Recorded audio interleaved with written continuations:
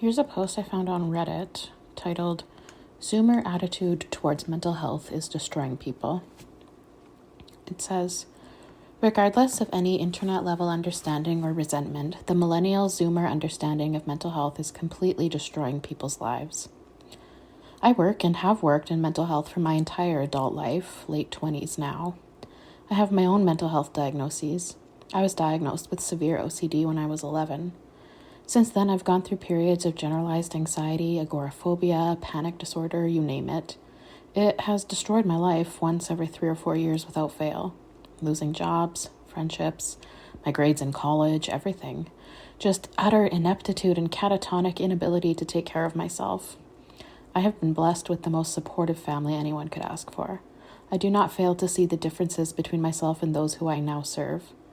But there is an intense illness that is permeating through our younger generations that is destroying the possibility of recovery for these people suffering through legitimate mental health issues. I have met and helped and treated numerous individuals now who are my peers in age, anything from 18 to early 30s. And so many have internalized a generational understanding of mental health that is toxic and worthless beyond condemnation. Our youngest generation's understanding of mental health enables, encourages, and at worst glorifies mental illness. I cannot understate the number of times I've met a young woman who has made being mentally ill and polysexual and queer and autistic, etc., her identity. Accountability is absent to the nth degree, but more importantly, a lack of any accountability has deprived these people of personal empowerment and agency.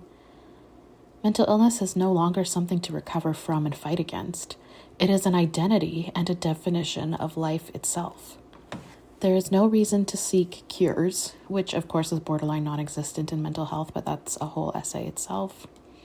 There is no reason to look to better ourselves. There is no reason to fight our internal struggles at a personal level without feeling the need to inform every last member of the community whom we interact with.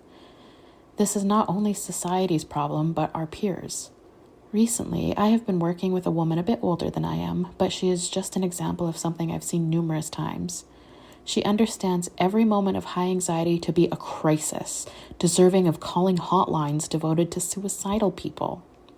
Every second of discomfort is an attack on themselves. Trauma response is the only verbiage through which they understand how maybe a parent wasn't so loving, so now a snide comment equals mental health crisis. They have no contextual understanding how minor inconveniences can and should be resolved quietly to themselves by being a little anxious for a night. To them, it is an affront to their character, an affirmation that they are disabled and unable to contribute to society without constant affirmation. And they have the internet to thank. The culture of mental health amongst millennials and lower glorifies and denies all responsibility towards people with mental illness. Not to mention the flimsy and extremely thin definitions by which they diagnose themselves and each other.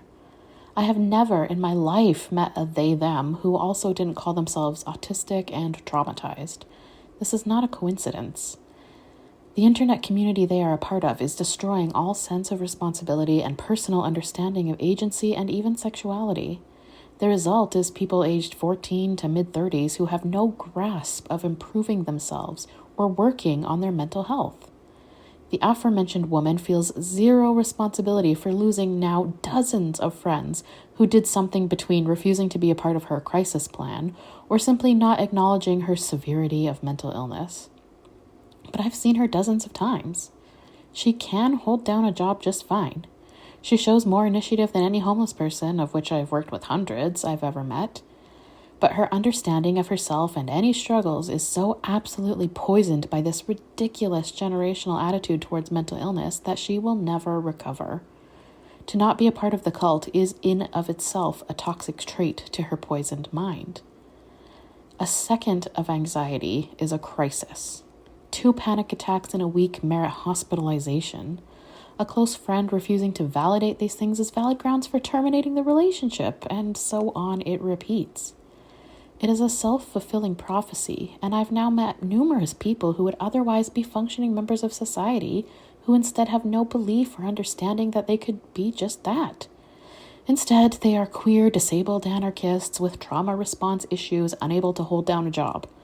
Because when you surround yourself with enablers and increasingly lenient definitions, something as simple as an anxiety attack once in your life will quickly turn into being handicapped and separate you from society in perpetuity.